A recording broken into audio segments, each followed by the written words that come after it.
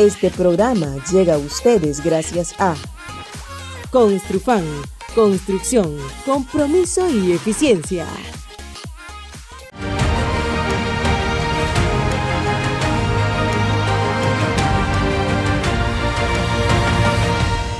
Un saludo, amigas y amigos de Debates del Sur Global que nos acompañan, pues, como todos los martes, aquí en este espacio para el análisis geopolítico desde la perspectiva del Sur Global, reescribiendo el mapa desde el Sur Global. Entonces, estamos aquí en este programa el día de hoy con una invitada muy especial. Vamos a entrevistar a Carolina Escarrá Gil, quien es, politóloga, experta, analista en política internacional, también es profesora universitaria y un largo etcétera. Pero antes de entrar como tal en la entrevista y darle la bienvenida a nuestra invitada, quiero agradecer a todos los que hacen posible que lleguemos a ustedes el día de hoy. En primer lugar, al equipo de la Radio del Sur. Nos encontramos aquí en la sede de la Radio del Sur en Caracas. Desde aquí le enviamos un saludo fraterno a Nieves Valdés, quien es presidenta de la Radio del Sur, a Tamar Sánchez, gerente de contenidos,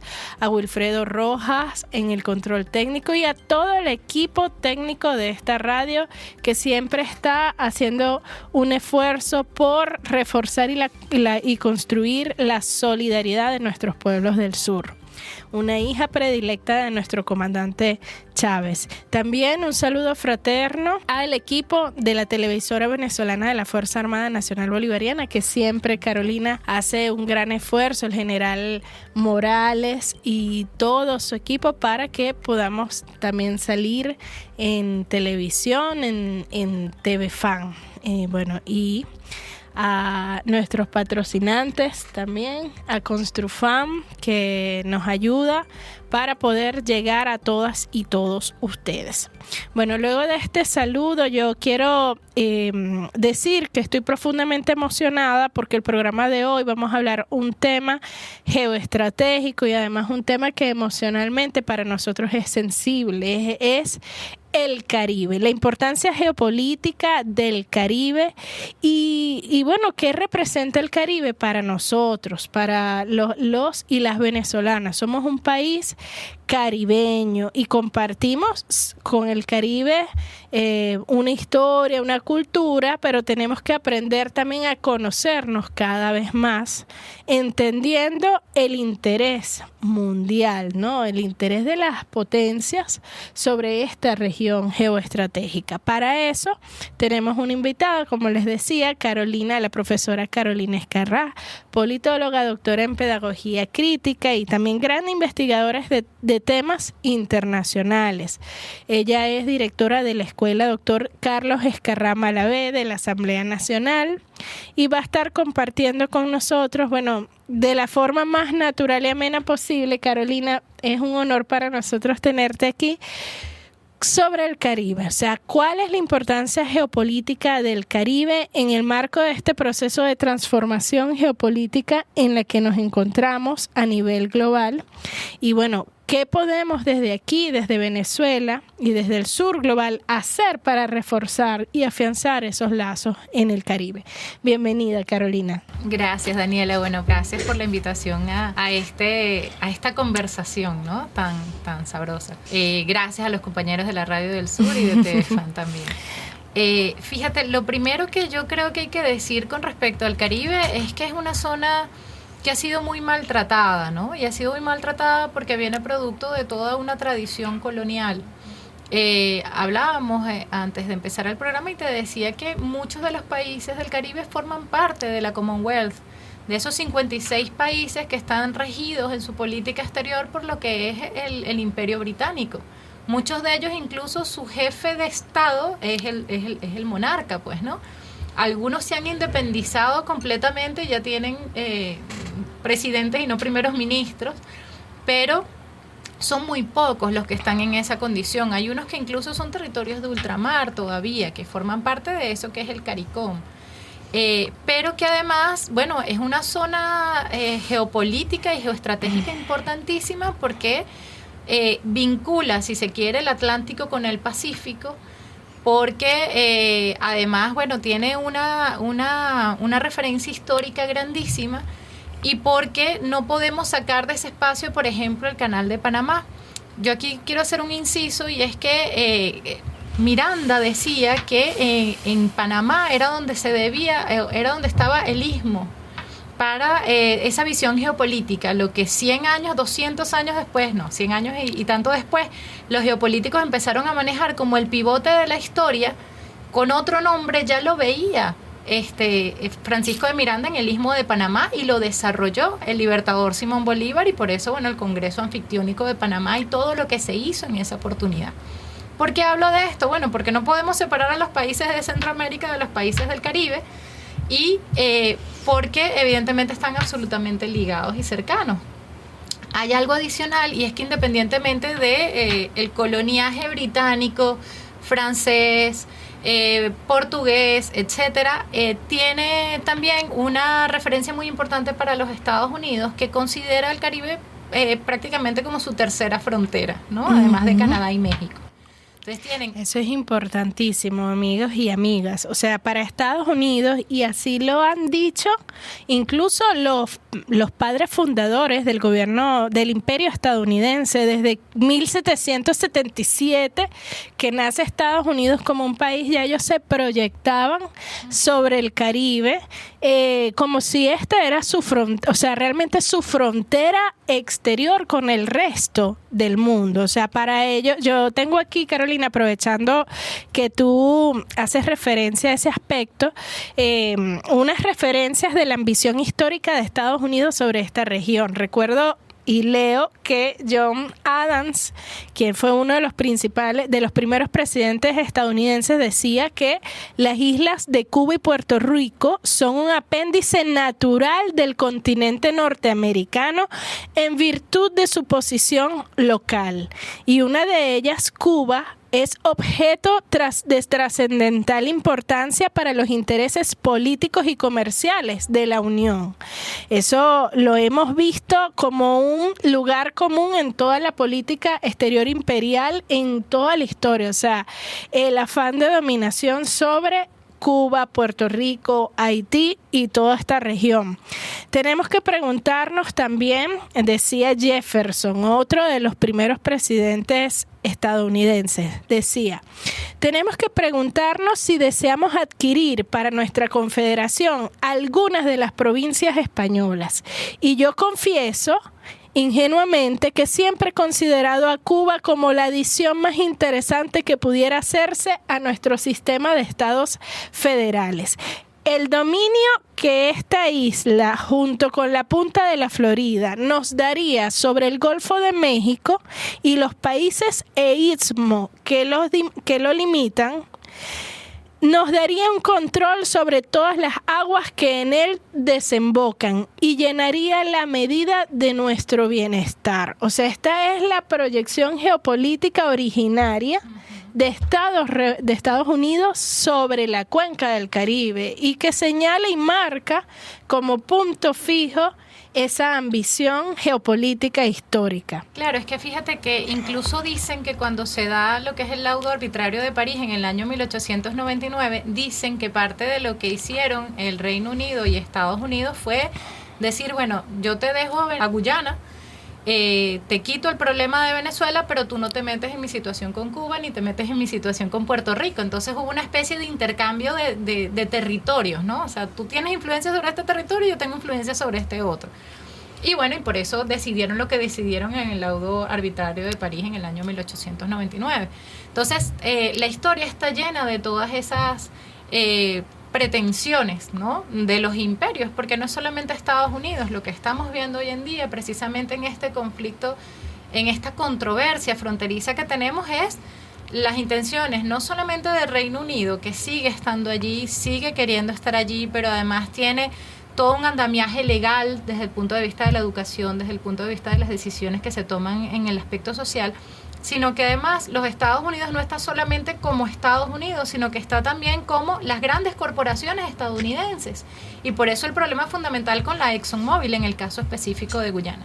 Pero así pasa con muchos de ellos. Fíjate que cuando el presidente Chávez lanza toda la propuesta de Petrocaribe en el año 2005, acuérdate que el ALBA nace como tal en el año 2004, en el 2006 nace el ALBA TCP, pero el Caribe nace, digamos, en ese interín. Después nace UNASUR, después CELAC, etc. Cuando nace Petrocaribe, nos dejaron, digamos, que trabajar muy poco tiempo por esa integración latinoamericana y caribeña antes de que Estados Unidos lanzara la Iniciativa Energética del Caribe. ¿Y qué te decía la Iniciativa Energética del Caribe?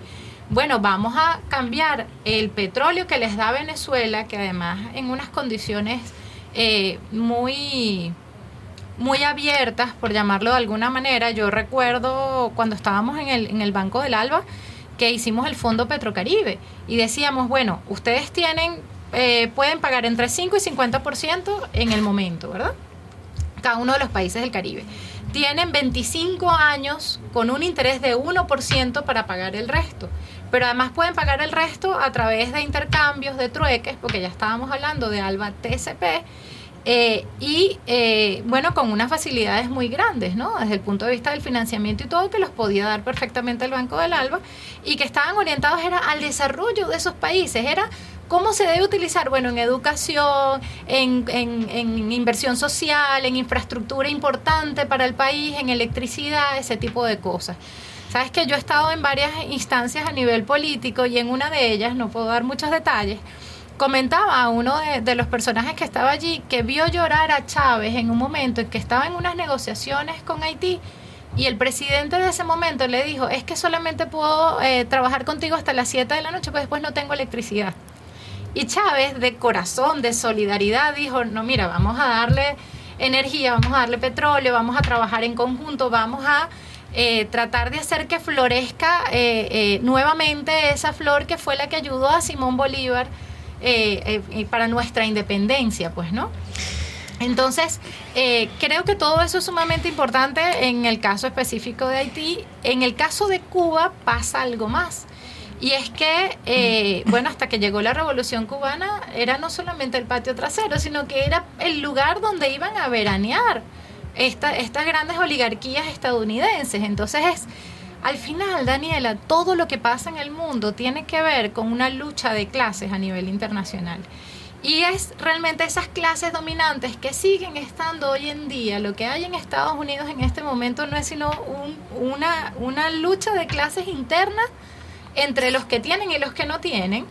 Pero además, eso lo ves, por ejemplo, en el programa 2025 de la Heritage Foundation, pero no solamente entre los que tienen y no tienen, sino que además es entre los que tienen, los distintos grupos de los que tienen. Entonces, ¿cuál tiene realmente su hegemonía? Eso es interesante que lo mencionas, ¿no? Porque entre la sociedad estadounidense, ellos también tienen lo que ellos llaman los nuevos ricos, que son esos ricos que se hicieron ricos después, a mediados del siglo XX, pero que no forman parte de las clases originarias derivadas de los Rothschild, los Rockefeller, que fueron las clases ricas fundadoras del Estado estadounidense, que fueron los que fundaron la Reserva Federal, por ejemplo. Entonces, todo lo que no es los ricos de hace 200 años que se instalaron en 1700, que vienen de Europa, porque es ese capital del totalitarismo financiero occidental que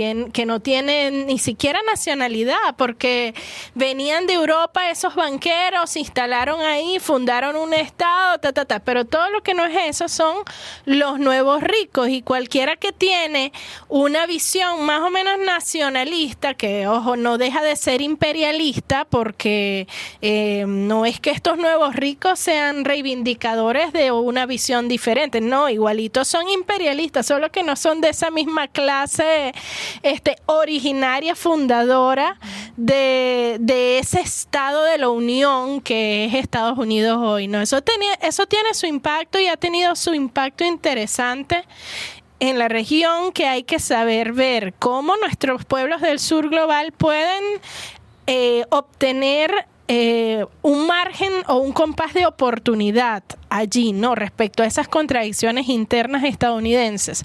Pero también vemos, Carolina, que por otro lado esos poderes fácticos, ese Estado profundo operando en Estados Unidos y que saben muy bien hacia dónde va, y es el reforzamiento de la doctrina del destino manifiesto, el reforzamiento de la doctrina Monroe y también la doctrina del garrote. La estamos viendo en estos días circular por todos lados, porque no existe de Estados Unidos para América Latina, ni mucho menos para el Caribe, en realidad una política de cooperación hoy. Lo que existe es una política de militarización. Y vemos que ponen a nada más y nada menos que a Marco Rubio como secretario de Estado de Estados Unidos, y además las primeras visitas que hace Marco Rubio a la región, ¿a dónde son? A República Dominicana, a Panamá, a Jamaica, Guyana, Surinam.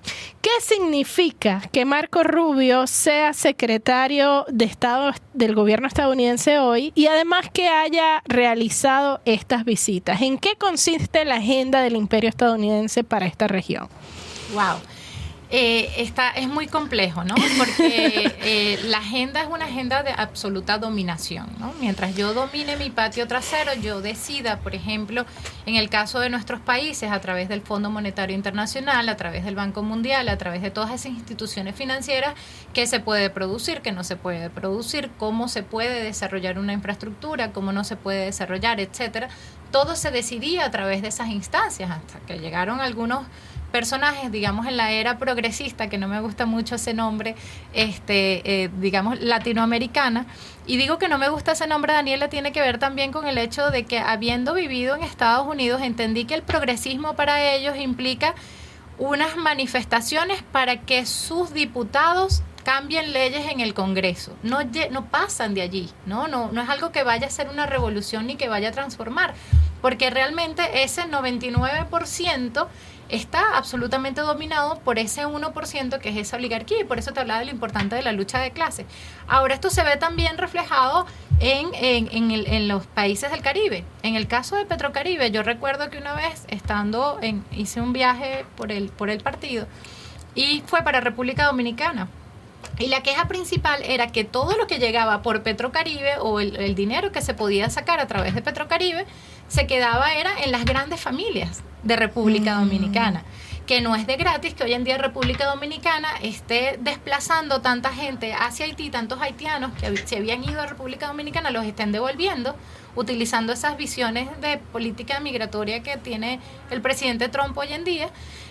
Y que además no les importa lo que está pasando después de que saquearon el país. Están desarrollando una especie de estado fallido en el Caribe, precisamente para que no haya estabilidad en el Caribe.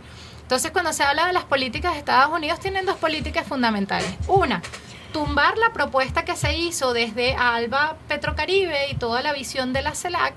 ¿Y cómo la tumban? Bueno, si esto está orientado al tema energético, vamos a nosotros a hacer una iniciativa energética del Caribe, que la lanzó el presidente Obama. Y cuando él lanza la iniciativa energética del Caribe, lo que te decía era, no vamos a trabajar con petróleo, porque para ese momento se decía que el cenit del petróleo era el año 2030, y vamos a trabajar con energías alternativas.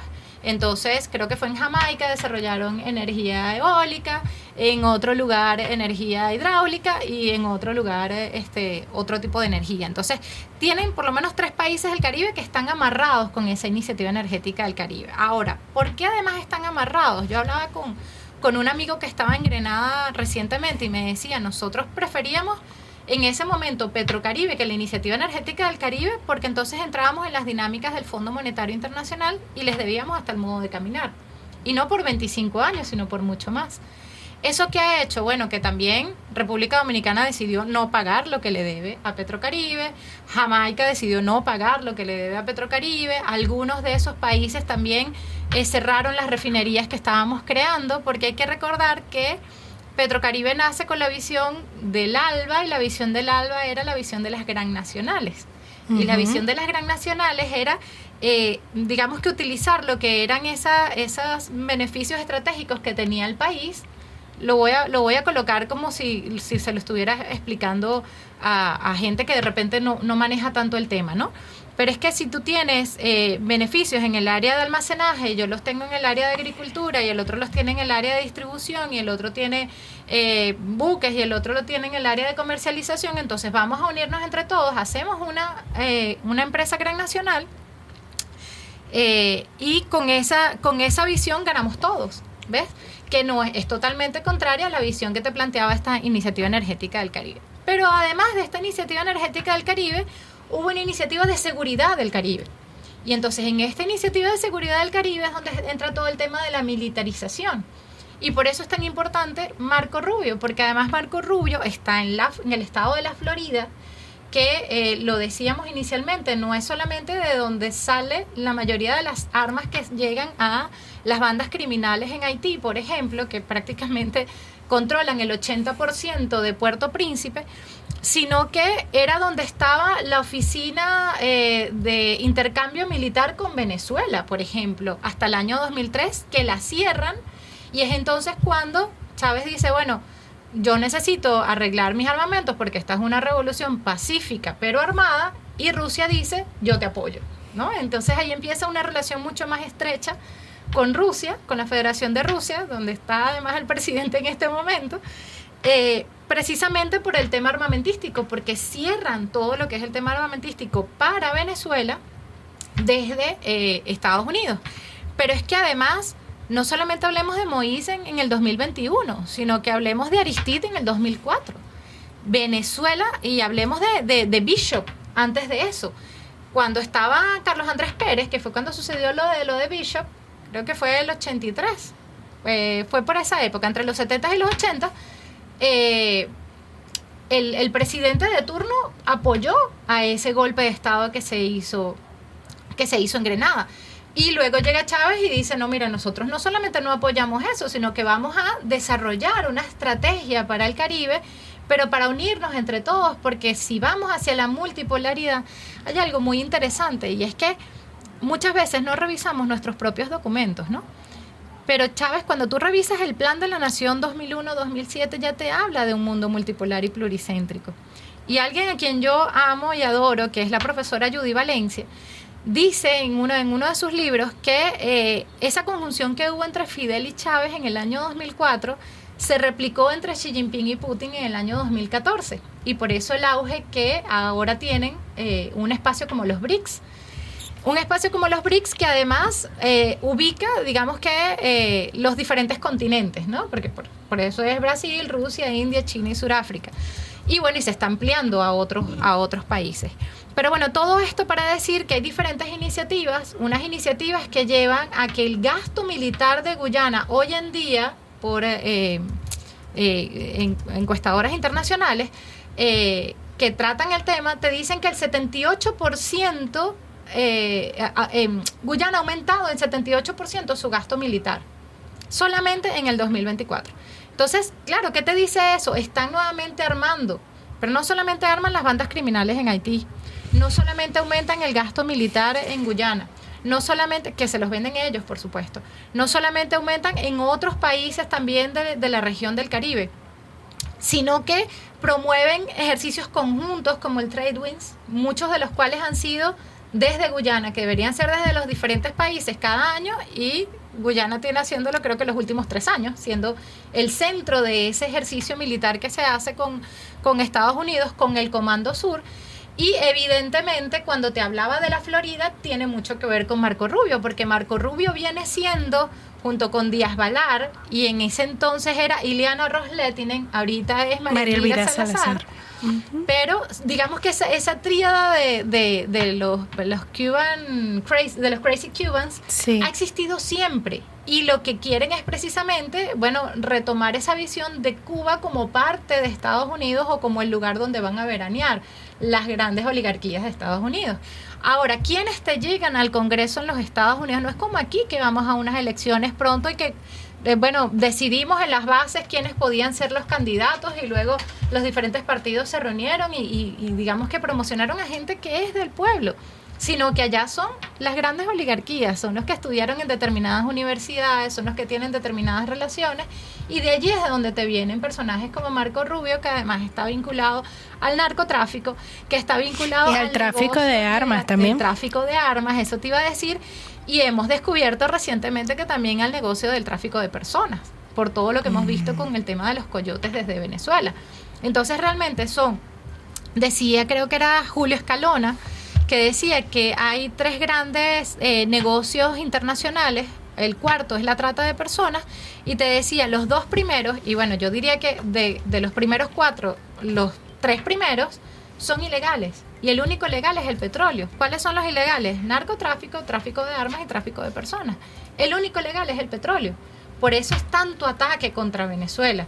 Y tanto ataque contra Venezuela porque además hemos resistido. Estamos hablando de más de 1000 medidas coercitivas unilaterales, Daniela, solamente para Venezuela.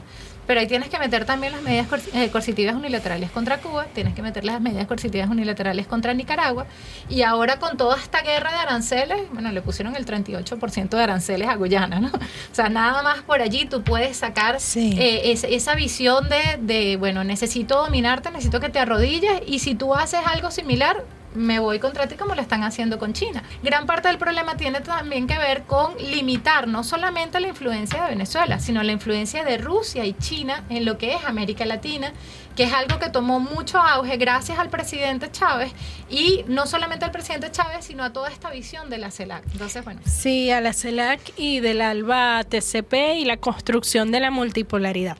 Fíjate, Carolina, eso está interesante porque ahora vamos a pasar en la próxima fase a ver cómo interactúa el Caribe, ¿no?, con las grandes potencias emergentes del mundo multipolar, ¿no?, en el marco de ese concierto multipolar global. El gobierno de nuestro comandante presidente Chávez y también nuestro presidente Maduro ha contribuido con la visibilización del Caribe, no solo en el marco de la política internacional a nivel regional, sino también a nivel internacional. Desde el inicio de la llegada de la Revolución Bolivariana, una de las prioridades muy especiales ha sido la política con el Caribe, o sea, el acercamiento, como decía Carolina también en el segmento anterior. La Revolución Bolivariana siempre tuvo una política estratégica para esta región, una política además basada en los ideales de solidaridad, de complementariedad, de cooperación, derivada pues de esa visión histórica del idealismo político promovido por nuestro libertador Simón Bolívar y también nuestro presidente Hugo Chávez. Entonces, siempre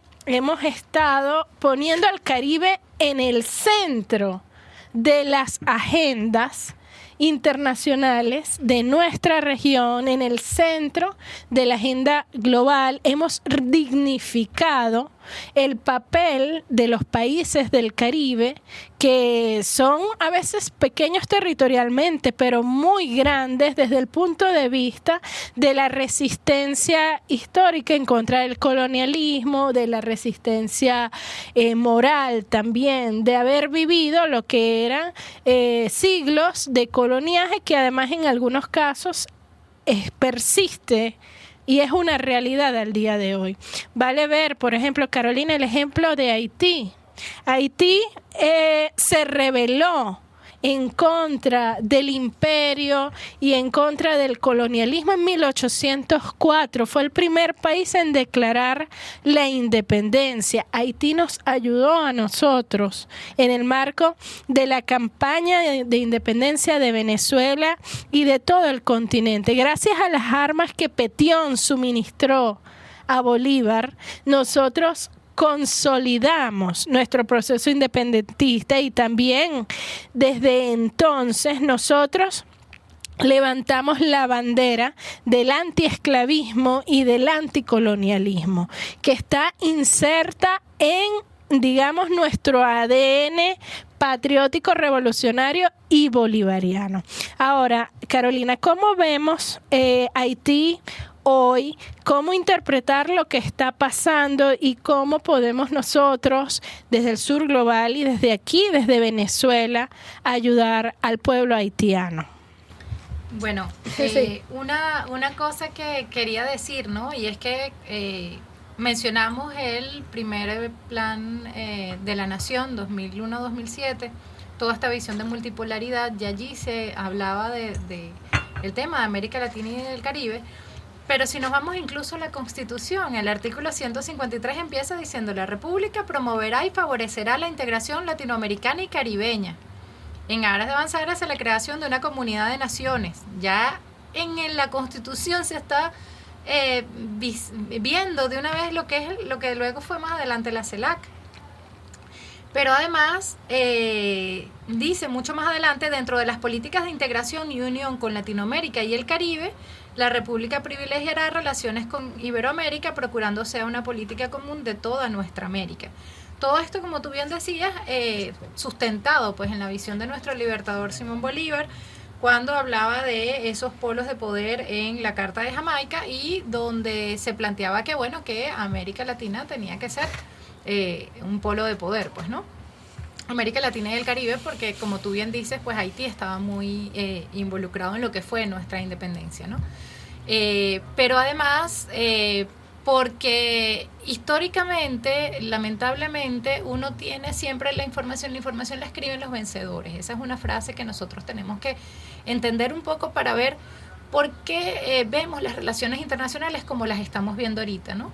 Hablábamos, por ejemplo, de lo que es el realismo político y el idealismo, ¿no?, dentro de las relaciones internacionales. Y bueno, los idealistas te vienen desde Aristóteles y los realistas te vienen desde Platón, ¿no? O sea, es una égida que viene desde hace muchísimo tiempo en la humanidad, pero se ha impuesto la visión del realismo político a nivel de las relaciones internacionales, y muchos te dicen los países tienen intereses y no tienen amistades. Sin embargo, bueno, cuando tú lees la Carta de la Organización de Naciones Unidas, evidentemente tiene una visión más bien de idealismo político, de respeto entre los estados, de igualdad, de solidaridad, de complementariedad, no, pero sí de cooperación, que es lo que ha buscado siempre nuestro país, lo que están buscando estos países que de alguna manera están impulsando el sur global, como es precisamente Brasil, India, China, Rusia y Sudáfrica. Los BRICS y los BRICS ampliados, bueno, lo que están buscando es precisamente eso, ¿no? Lo que están buscando es una visión distinta del mundo. Ahora, en ese sentido, yo me voy a permitir leer algunos datos que encontré sobre Haití. Dice: los grupos armados, como te decía antes, controlan el 80% de Puerto Príncipe. Eso implica que pueden bloquear puertos, calles, bloquean los recursos estratégicos, tienen un tráfico de armas que, como decías, vienen en su gran mayoría del estado de la Florida. Hablamos de una inflación mayor al 50%, lo que hace que además disminuya el valor de la moneda haitiana, que es el gourde. Tienen un 60% de pobreza extrema. La pobreza extrema implica, Daniela, que reciben menos del 2%, perdón, de $2 diarios de salario, pues, por decirlo de alguna manera. No tienen cómo se maneja alguien con solamente $2 diarios, ¿no? 70% de desempleo entre la gente joven, porque la mayoría está siendo cooptada por precisamente esos grupos armados. La salud colapsada, hay brotes de cólera, hay toda una situación terrible, donde lo que se le ocurre a las grandes potencias es, en una época con el MINUSTAH, hacer una fuerza multinacional militar para intervenir en Haití, y lo que se les ocurrió desde el año 2023 para acá es otra fuerza multinacional dirigida por Kenia, pero donde, bueno, sabemos cuáles son los países que están allí, que son los mismos países que escriben la historia, los mismos países que dicen a nivel de los medios de comunicación, porque pasa algo por lo cual el tema de la corporocracia es tan importante. Porque tú te pones a ver, y el complejo militar industrial, que el profesor Wong dice que además hay que incluirle el financiero comunicacional, es un complejo donde ellos pagan y se dan el vuelto, donde ellos son dueños de todo, del entretenimiento, son dueños de las universidades, son dueños de los tanques pensantes, son dueños de, evidentemente, los medios de comunicación, son dueños hasta de los diputados, porque les dan el financiamiento a los diputados para que lleguen o no lleguen al Congreso, diputados que más adelante se van a convertir en presidentes y que forman parte de partidos políticos que están siendo financiados por ellos. Entonces, al final es una élite la que está controlando todo esto, es la misma élite que trafica con armas, la misma élite que trafica con personas, la misma oligarquía, como sucede en Venezuela también. ¿Quiénes son los coyotes? Pues las mismas familias de siempre, los mismos que salían en la oligarquía del dinero se me olvidó el nombre de Domingo Alberto Rangel, de ese libro tan maravilloso que te hacía el seguimiento de esas grandes familias oligárquicas en Venezuela. De hecho, sobre Haití, también me gusta hablar de Haití porque casi nadie está hablando de Haití. Y Haití es el corazón sangrante de nuestra América. No solo corazón porque está en el centro del Caribe y en el centro de toda esta región, sino porque es el corazón originariamente libertario. Desde ese corazón haitiano nacieron las primeras ansias de independencia de esta región y palpitó el sentimiento anticolonialista y antiesclavista mucho antes que en el continente, en el resto del continente, pudiéramos nosotros concientizar esa lucha de clases que tú misma también has mencionado. Haití es una tarea pendiente que tenemos todas y todos. No es una tarea del grupo occidental central, como se autodenomina ese grupo de los 7, esos 7 embajadores británicos, franceses, esos 7 embajadores europeos que hacen vida dentro de Haití y junto con Estados Unidos son los que determinan el curso de las decisiones políticas en ese país. No, Haití es un problema de nosotros, de los pueblos suramericanos, de los pueblos latinoamericanos y caribeños, y no para ser una carga humanitaria, una carga social como los organismos internacionales y toda la media occidental quieren hacernos ver que Haití es una carga, es un estado fallido, es eso que estorba. Cada vez que revisamos lo que dicen los europeos sobre Haití, son esas cosas como que si ya no sabemos qué hacer con Haití. No, todo lo contrario. Ahí hay un pueblo palpitante, hay un pueblo sangrante que implora que la solidaridad y el trabajo activo, no solo con nosotros en Sudamérica y en Latinoamérica y en el Caribe, sino también con ese mundo multipolar que se hace latente y que se está consolidando. Fíjate un detalle muy interesante, Carolina.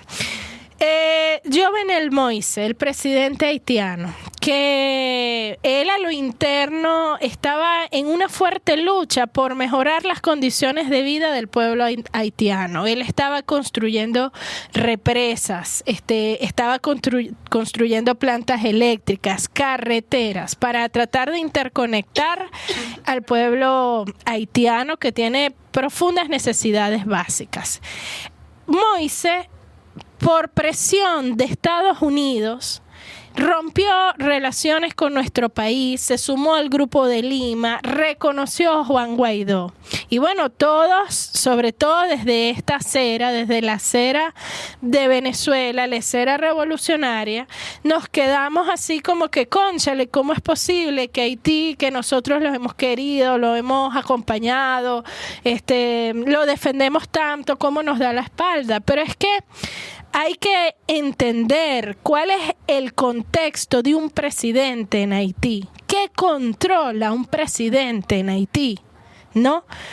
Y tanto es así que basta con ver lo que le pasó a Jovenel Moïse para entender cuánto puede controlar un presidente en Haití. No, en manos de quién está la seguridad de un presidente en Haití para tomar una decisión soberana, ¿no? Y es que también hay un ejemplo, qué mejor ejemplo que ese, lo que fue el lamentable destino de este humilde hombre que intentó pues sencillamente estar allí y que estuvo allí en un momento histórico y geopolítico sumamente crítico y que tomó la decisión, por ejemplo, de recibir las cartas credenciales del embajador de Rusia en Venezuela 35 días antes que lo mataran.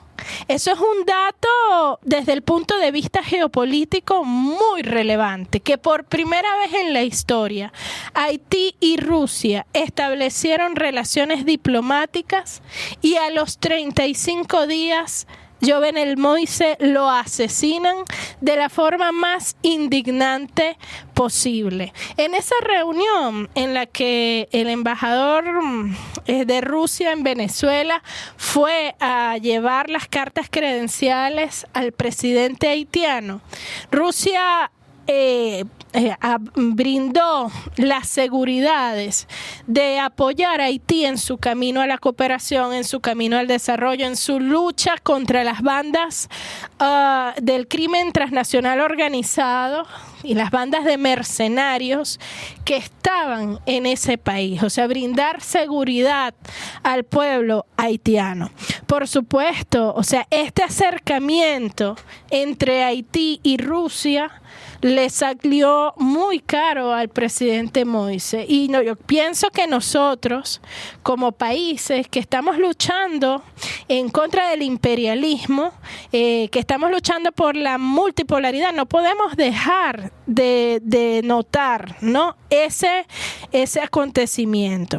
Otra cosa importante sobre este tema, Carolina, tiene que ver con, tú lo mencionabas, la forma cómo Estados Unidos logró utilizar a Kenia como fachada para la aprobación de una fuerza que es presuntamente multinacional, pero una fuerza militar extranjera en el territorio haitiano que garantizó el control exclusivo de Estados Unidos sobre este territorio.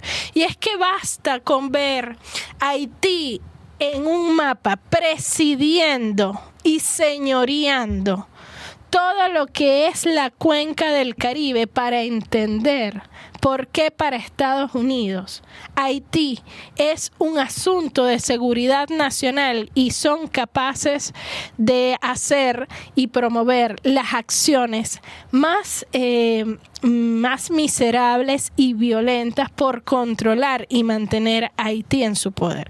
Basta ver lo que está pasando en Haití hoy, como tú lo acabas de decir. Hay un gobierno que no eligió el pueblo haitiano, que fue puesto por el grupo de embajadores europeos y estadounidenses que son los que administran políticamente Haití y que está sostenido en la existencia de una fuerza supuestamente multinacional militar legitimada por las Naciones Unidas, en la cual no participan otros países que no son Kenia y Estados Unidos, y la cual es fundamentalmente financiada por Estados Unidos y los marines estadounidenses. Una realidad de un país totalmente militarizado que también padece un proceso de exterminio de minorías, que también padece una violencia generalizada, que también padece una crisis migratoria y que además está a punto de consolidarse como un estado fallido, pero debido a la ocupación militar estadounidense y keniana en ese territorio. Entonces, yo pienso que nosotros como región, como sur global, tenemos que hacer mucho más para entender lo que pasa en Haití, para romper el cerco mediático en contra de Haití y para construir nuestros propios canales de información, ¿no? Para darle voz al pueblo haitiano, porque allí hay un pueblo haitiano que también está sufriendo el imperialismo, el colonialismo y la violencia directa de Estados Unidos en la actualidad. Yo me gustaría agregar algo que tiene que ver con cómo fueron desestabilizando y cómo fueron convirtiendo a Haití en eso que ellos llaman un estado fallido, ¿no? Porque si tú te pones a ver, Haití era otra hasta el 2010, cuando fue el gran tema climático que se les presentó, ¿no? Y en ese momento, bueno, nosotros enviamos, yo recuerdo, estaba en Estados Unidos en ese momento en la embajada, y nosotros de la embajada enviamos aviones y enviamos mucha ayuda humanitaria, y la ONU nos fue desplazando con la MINUSTAH en esa oportunidad. Pero hasta ese momento Haití estaba cercano al ALBA, estaba dentro de Petrocaribe, estaba, digamos que, muy ganado a la idea de la CELAC. Digamos que había un Haití muy distinto, ¿no?, a lo que las grandes potencias querían y lo que las grandes potencias podían controlar. Y en aquel entonces, de esto no hay pruebas, pero se hablaba del programa HARP, que era un programa con el cual, bueno, te podían causar huracanes, te podían causar deslaves, te podían causar un conjunto de situaciones a nivel medioambiental que hacían que luego tuviese que haber una intervención, no solamente militar, sino de lo que ellos llaman como tratar a las situaciones difíciles que se presentan precisamente producto del cambio climático. Correcto. Y entonces ese es uno de los elementos que manejaba Estados Unidos a través de todos estos esquemas de integración. Para el 2007 se hablaba de lo que eran los nuevos temas, ¿no? Y esos nuevos temas no tenían que ver con aranceles, que era para lo que se hacían esos grupos de integración, sino que esos nuevos temas tenían que ver con propiedad intelectual, tenían que ver con ambiente, tenían que ver con energías limpias. Y entonces vemos cómo todas estas propuestas que ha hecho Estados Unidos para el Caribe tienen que ver también con eso y, por supuesto, con algo que para ellos es fundamental en cada una de sus narrativas, que es el tema de la seguridad. Entonces te plantean que Haití es un polvorín para la seguridad de toda la región. Pero es que realmente, por eso lo que han decidido hacer es militarizar más a ese territorio. Entonces, por un lado eso quería decir, y por el otro lado es como desde ese momento han venido aplicando cada uno de los pasos del manual de Gene Sharp, que empieza no solamente con el tema de la información, de desinformar sobre lo que está pasando en Haití, sino además crear un conjunto de situaciones que te haga ingobernable el país para entonces poder haber y justificar una intervención militar. Pero yo también quería decir algo con respecto al Caribe, y es que si bien son países que de repente han asumido ciertas posiciones en momentos determinados, algunos de ellos reconocieron el interinato fallido, o no sé ni cómo llamarlo, narniano, y perdón que sea poco académico, pero de Juan Guaidó, también durante una época, antes de nosotros salirnos de la OEA, gracias a los países del Caribe fue que no lograron los votos necesarios para poder aplicar la Carta Interamericana Democrática de Venezuela cuando todavía formábamos parte de la OEA antes del 2017, ¿no?, de nuestra salida. Entonces, bueno, todo eso también son elementos que hay que incluir en el análisis para entender lo que está pasando en Haití y los intereses que tiene precisamente no solamente Estados Unidos, sino Francia tiene muchos intereses en Haití también. Estos 7 embajadores que tú comentabas también tienen muchos intereses en Estados Unidos y además tienen controlado a la frontera principal que tiene Haití, que es República Dominicana. Entonces República Dominicana se presta a esas políticas que ellos tienen, no solamente que han tenido contra Venezuela a través del Grupo de Lima, que hay que decir, y yo creo, no sé si se dice suficiente, pero cuando tú te metías como investigador en la página del Grupo de Lima, te decía que el objetivo era deponer al presidente de Venezuela. Tú no puedes crear un grupo para deponer un presidente, eso no existe. Entonces han tratado de sentar precedentes donde el pueblo venezolano no ha dejado que eso suceda, ¿no? Y quiero colocar esto sobre la mesa porque el pueblo haitiano tampoco lo ha permitido. Sencillamente se lo han impuesto y han tenido muchas menos posibilidades de imponerse como pueblo haitiano y como gobierno, precisamente por este coloniaje que los acompañaba, y porque cuando ellos logran independizarse en el año 1804, como tú comentabas, ¿qué hace Francia? Le dice, sí, pero me tienes que pagar 150 millones de francos.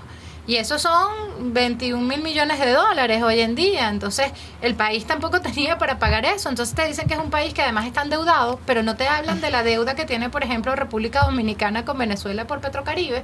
No te hablan de otro tipo de deuda, sino las deudas que a ellos les interesan. Correcto. Y aquí regreso al punto inicial, y es que la historia la escriben los vencedores. Entonces, parte de la reflexión que tú hacías al final sobre nuestros medios de comunicación y comunicar sobre lo que está pasando en Haití. ¿Cómo sabemos nosotros exactamente lo que está pasando en Haití? Lo sabemos a través de los medios de comunicación que son transnacionales y que forman parte de esa oligarquía, que forman parte de esos fondos de inversión y que forman parte de esa lucha de clases donde ellos tratan de imponer toda esa visión de realismo político versus la visión de idealismo político, la visión de que el hombre es malo por naturaleza, que es el elemento fundamental del realismo político, Y luego, evidentemente, el tema de los intereses. Pues si el hombre es malo por naturaleza, solamente va a velar por sus intereses. Entonces, bueno, recordamos a Maquiavelo, pues a todo lo que tiene que hacer el príncipe para lograr sus objetivos y lo importante es que los logre, ¿no?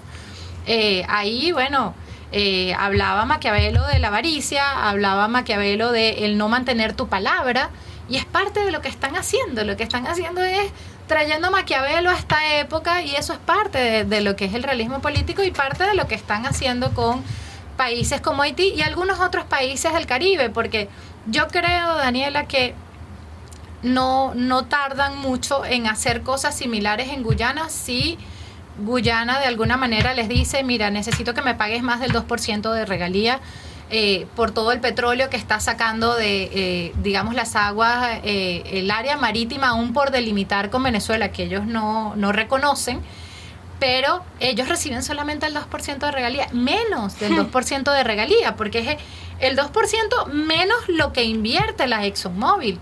La ExxonMobil, Hess Corporation, que tiene la Chevron ahorita, porque la Chevron compró las acciones de la Hess Corporation, y ahí te crean el conflicto precisamente de la Exxon con la Chevron, es por quién tiene supremacía en el bloque Stabroek.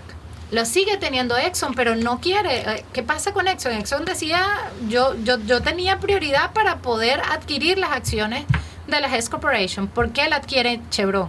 ¿No? Y bueno, y obviamente la empresa china que está, son 3 grandes empresas que están allí.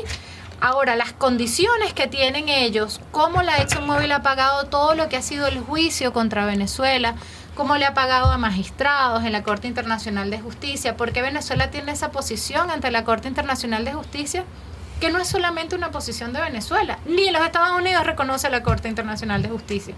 La Corte Internacional de Justicia dice en el artículo 36 de sus estatutos que los países tienen que ir de mutuo acuerdo a un juicio. Y bueno, evidentemente Venezuela no estaba de acuerdo. Entonces, por eso es que nosotros defendemos este territorio que es nuestro, pero que no lo reconoce CARICOM, que no lo reconocen ciertas instancias porque no hay interés en reconocerla.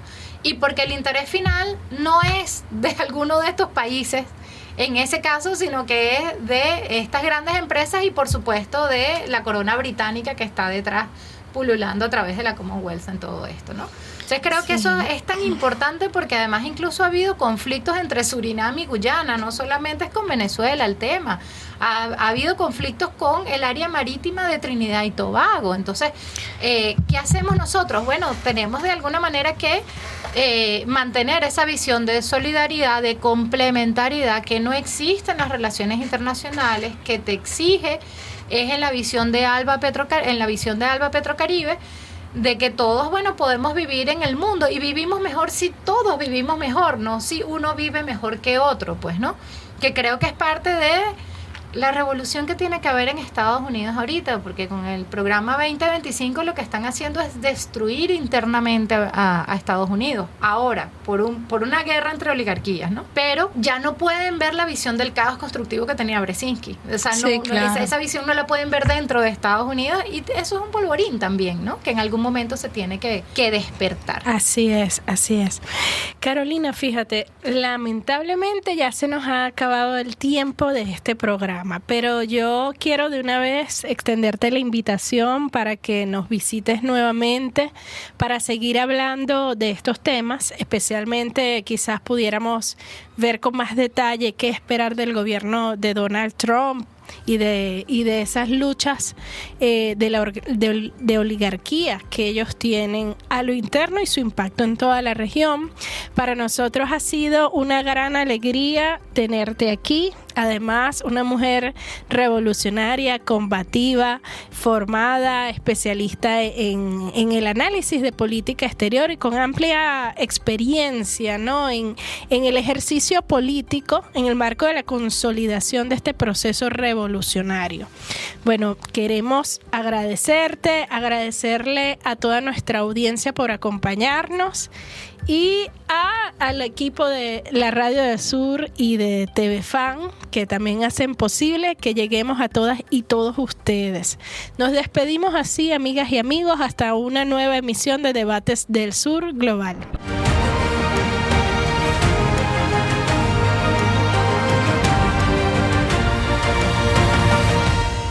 Este programa llegó a ustedes gracias a Construfan, construcción, compromiso y eficiencia.